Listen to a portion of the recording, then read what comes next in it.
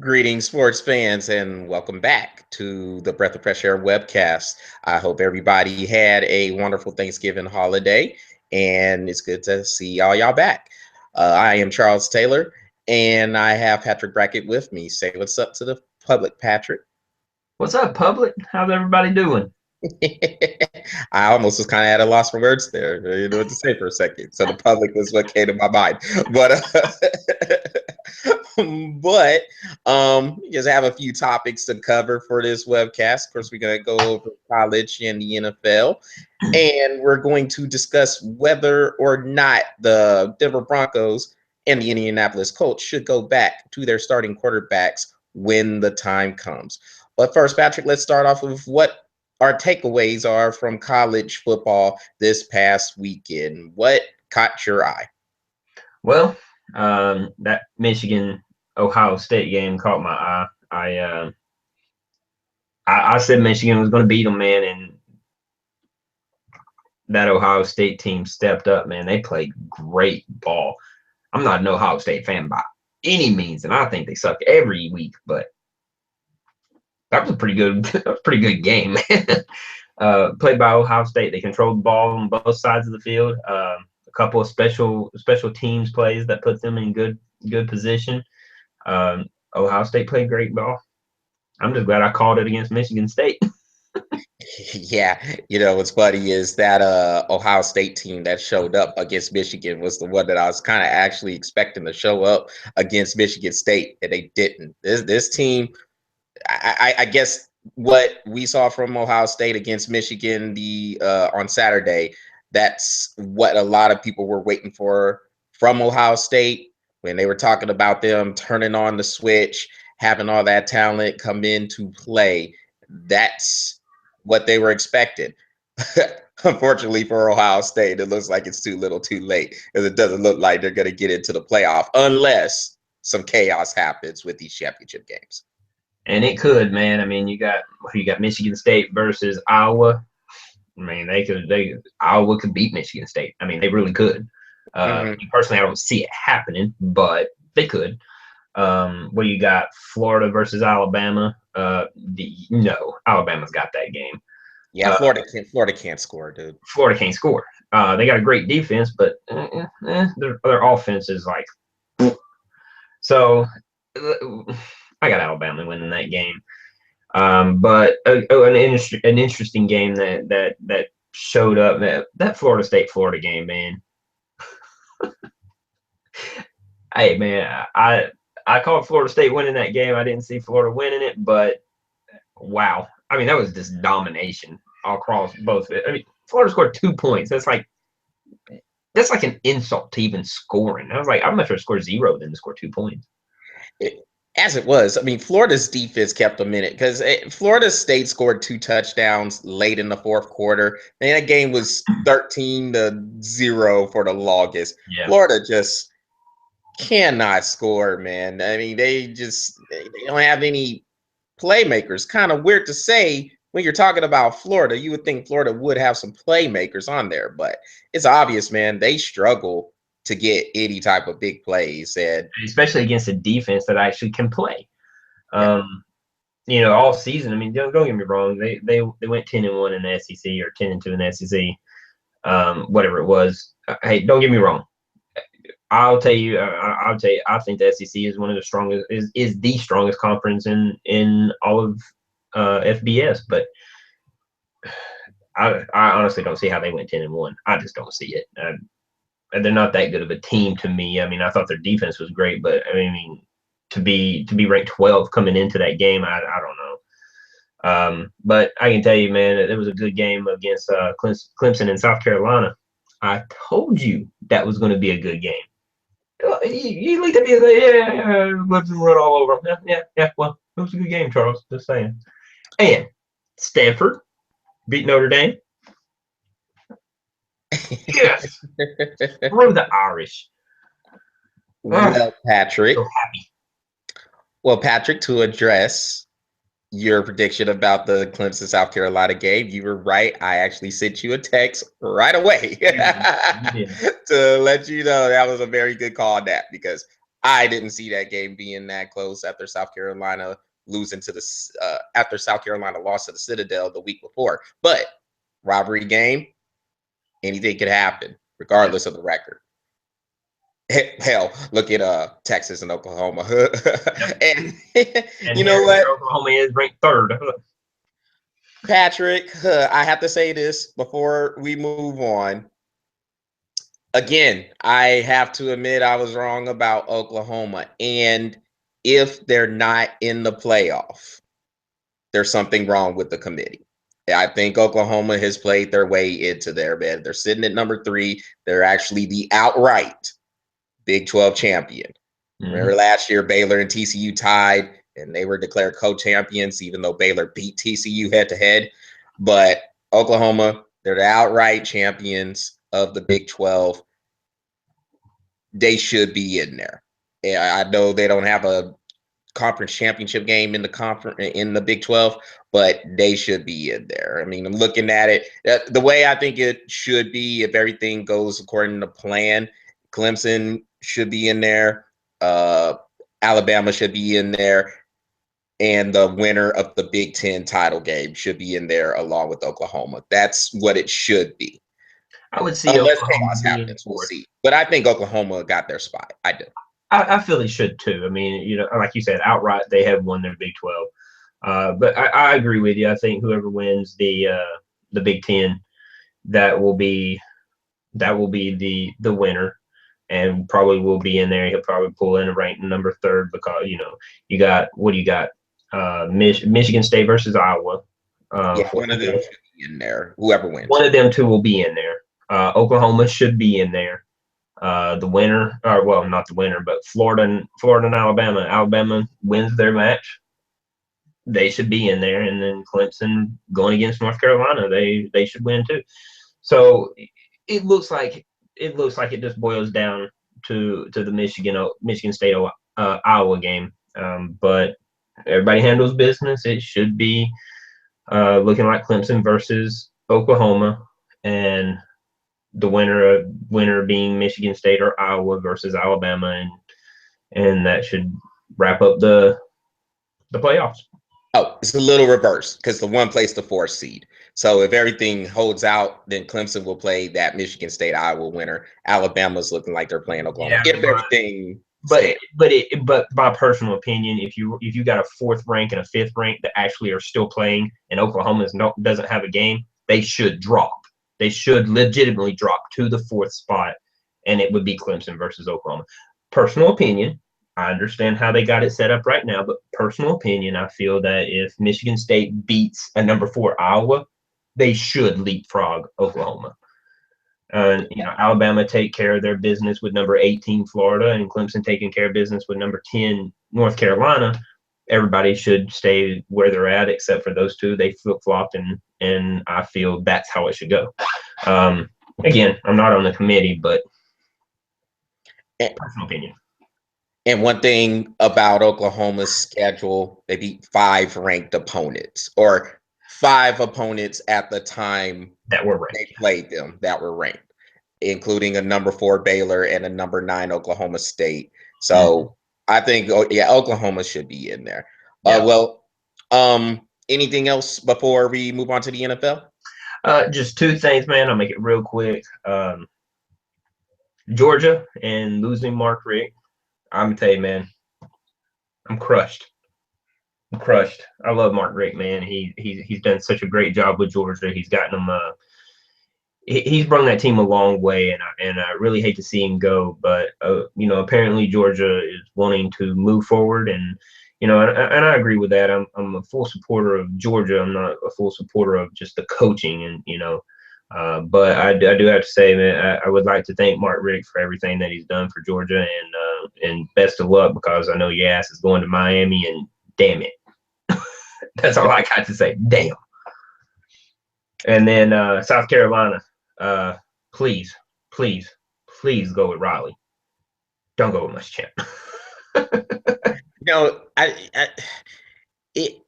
Real quick, if Muschamp did end up going to South Carolina, I would like to believe he has learned from those mistakes that he did in Florida? I hope. Yes, I would like to He really believe is. that, but we don't know. You never know only time will tell. I mean, he'll get his chance again. Don't get me wrong. He's a good coach. I mean, you saw what he did with Florida's defense, and then they fire his ass, and then look at what their defense. If he was able to keep his players on the field, Muschamp would have been fine in Florida. But injuries, this, that, and whatever, cost him his job. It happens. I mean, he signed on with Auburn. He's done a okay job, I guess, but you can only do what you can do with that crap amount of talent that they have in Auburn right now. Maybe they're just not getting anybody.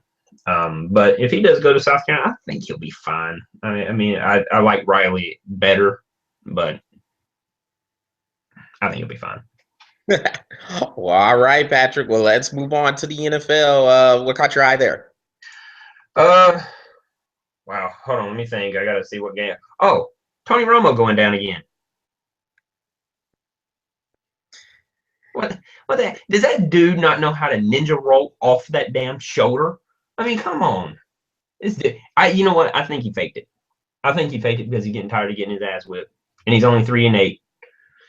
I think he faked it. Well, Patrick, it was probably he probably rushed back because here's the thing. He came back in the game against Miami. Mm-hmm.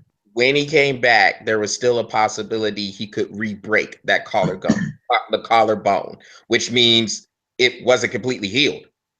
There's a possibility. That's a 10-week. That's at least 10 to 12 off of the. I mean, yeah, he rushed it coming back in 8. Said what was it, 6 weeks?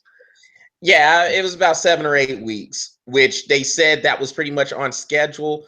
But yeah, the diagnosis said he could re-break it 2 weeks after coming back if he had that right or wrong roll. And the wrong roll happened in that game against Carolina. Because he does that wrong roll every time. Yeah, I mean, I think this. First of all, you break a collarbone 3 times, Charles. You just don't. Yeah, I think Tony Romo, and you don't know how to freaking roll. Did they not teach him this in Pop Warner football? I think this, Patrick.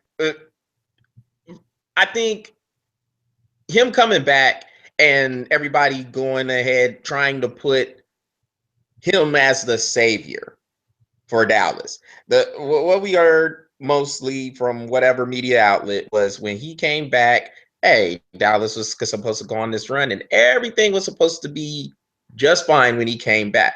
Now, he's like, well, I guess I need to roll right on that shoulder again because I'm scared. Tony Romo, that's what you get. That's what you get with being a Dallas Cowboys fan. Well, I think they get another quarterback. I think they Patrick, look, man, who are they gonna get? I mean, I know, who? Tim Tebow. Are you gonna start this again? I want you to put another bet on that. No. Okay. I give up on betting on Florida.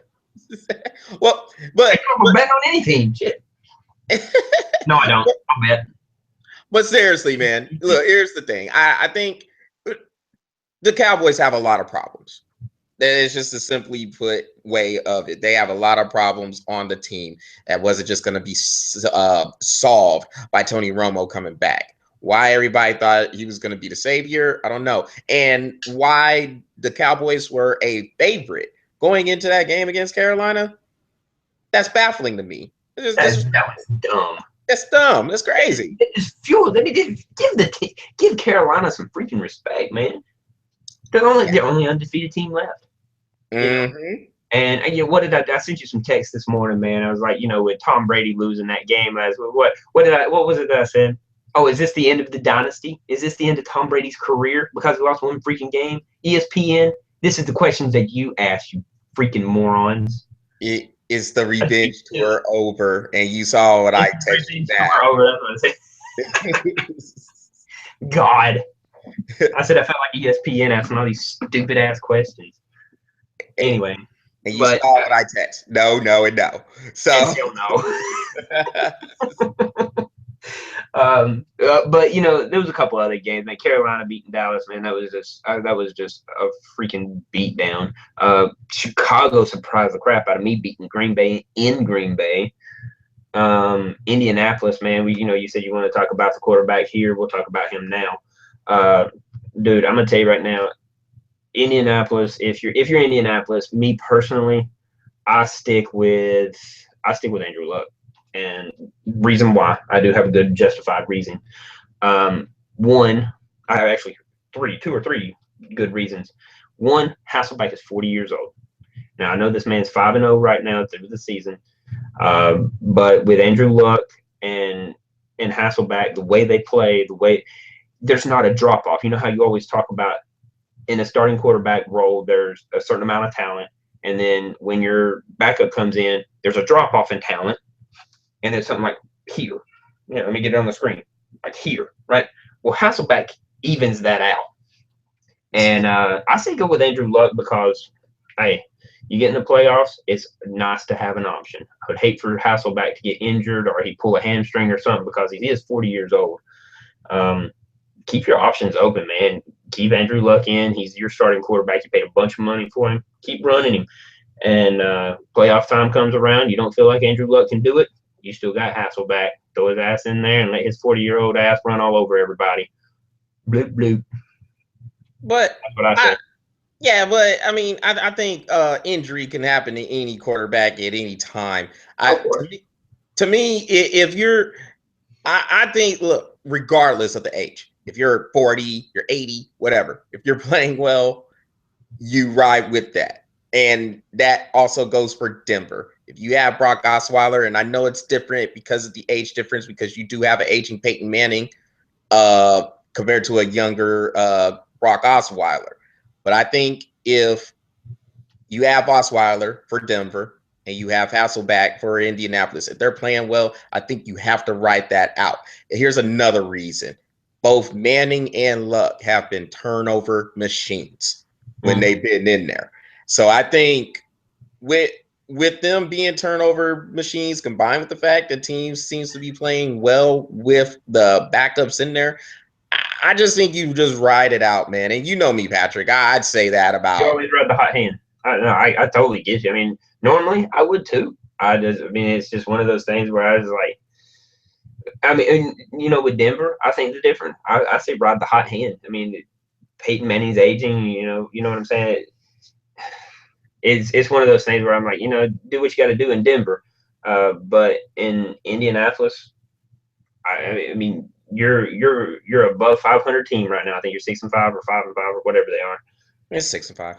And right now, I mean, there's no stress on winning that division. I mean, that's the reason. There's another reason why you can look at it. There's no stress on winning that division. They're going to win that division. So why not ride with Luck and save your Hasselbeck for that opportunity to go deep in a playoff? Denver, I mean, they're going to have to ride with the hot hand because Kansas City's right on their tail. So it's different. I mean, with Indianapolis, you got an option. With Denver, you really don't. So me personally, I ride with Luck until playoff time comes around, and if you got a healthy Hasselbeck, if that means you got options. So I stay with that. That's the way I look at it. But the thing with Luck is he still has about I say 3 weeks left to come back. When he was diagnosed with a lacerated kidney and some rib breaks. It was supposed to be a 2 to 6 week injury, but you got a lacerated kidney. That's going to be 6 weeks. So, so I think he's at that 3 week mark. Yeah, around the 3 week mark with it. About week 16, week 17. Yes, and I guess it remains to be seen. I guess at that point you're right. Actually, that makes it. I didn't even think about the time frame. You're going to have to ride with Hasselbeck at that point. Yeah, and that will also give you a gauge of where the Colts are, because with 3 more games before you potentially have Andrew Luck coming back, they could lose a game, maybe lose 2, depending on what it is, because they're playing at Pittsburgh this week, that could easily be a loss at Pittsburgh. And I don't have the schedule in front of me. I don't know the rest of their games off the top of my head. I know they have Houston one more time. Yeah, they got Tennessee and Jacksonville one more time. Okay, whatever. Disregard their schedule. But if they, but yeah, but you have a bigger sample size with Hasselback. With Manning, they're saying he could be back possibly in a couple of weeks. But it's funny because my dad was actually talking about the Broncos maybe needing to turn to Osweiler at some point. So here they are. And as long as he's not turning the ball over, you have a very good defense there.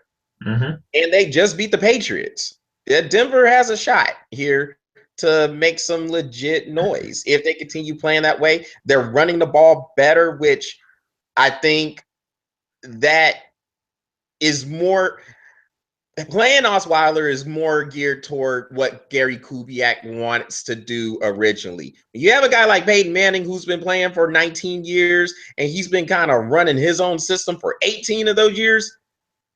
You're going to get a little bit of pushback. And I know you and I have been on this show saying, hey, you got to let Peyton Manning do what he does. Well, now you got Brock Osweiler there. He's a younger guy, and he's just pretty much trying to run the offense. And you get the running game going. You know you have a good defense. The formula changes. Now it's just like, hey, you just take care of the football, make those throws. When you have to make them, we have a good defense. You could probably get us about 17, 20 points.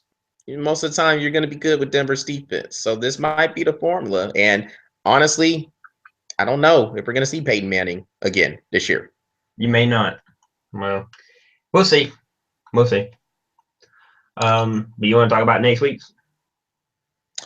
No, because we're supposed to do that show tomorrow. Oh, okay. We'll do it tomorrow. The preview show. Okay. So, on that note, since Patrick kind of hinted at it, that's pretty much us, or pretty much it for us for this webcast. Like I said, we plan on doing one tomorrow. Is there anything else you wanted to add before we left, Patrick?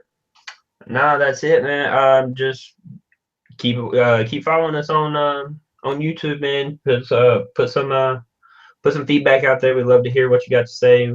Anybody out there, we'll definitely respond back. We got Twitter handles. Hit us up on Twitter. Hit us up on Instagram. We're available. You just let us know what you want us to talk about. We can also talk about anything you want to.